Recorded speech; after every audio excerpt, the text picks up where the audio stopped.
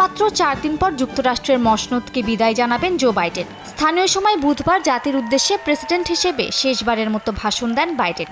যুক্তরাষ্ট্রের ভবিষ্যতের সিদ্ধান্ত শুধুমাত্র মার্কিন নাগরিকদের হাতেই রয়েছে বলে মন্তব্য করেন তিনি। দাবি করেন ক্ষমতার 4 বছরে তিনি তার সকল প্রতিশ্রুতি পূরণ করেছেন। বলেন করোনা মহামারী ও অর্থনৈতিক মন্দার কারণে অনেক চ্যালেঞ্জ মোকাবেলা করতে হয়েছে। The Statue of Liberty is also an enduring symbol of the soul of our nation. A soul shaped by forces that bring us together and by forces that pull us apart. And yet through good times and tough times, we've withstood it all.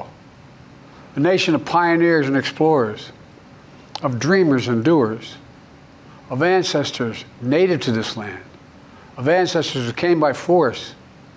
A nation of immigrants came to build a better life. নতুন প্রশাসনকে গণতন্ত্রের পথে পরিচালনার জন্য জনগণকে আহ্বান জানান Biden. নির্বাচনে জয়ের জন্য ডোনাল্ড ট্রাম্পকে অভিনন্দন জানান তিনি। তবে ট্রাম্পের শাসনামলে অভিজাততন্ত্রের প্রভাব বেশি থাকবে বলে শঙ্কা প্রকাশ করেন বাইডেন। বলেন যদি দেশের ক্ষমতা গুটি কয়েক ধনী ব্যক্তির হাতে চলে যায় সেক্ষেত্রে দেশের ভবিষ্যৎ পরিণতি হবে ভয়াবহ। জো বাইডেন ভাইস প্রেসিডেন্ট কমলা হ্যারিসকে পরিবারের সদস্য সম্বোধন করে তার প্রতি কৃতজ্ঞতা প্রকাশ করেন। একই সঙ্গে তার প্রশাসনের সর্বস্তরের কর্মকর্তাদের তাদের অবদানের জন্য ধন্যবাদ জানান তিনি।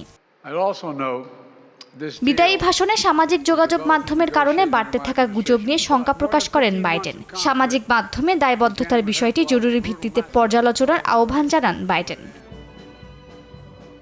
মালিহা সুহরাওয়ার্দী, সময় সংবাদ।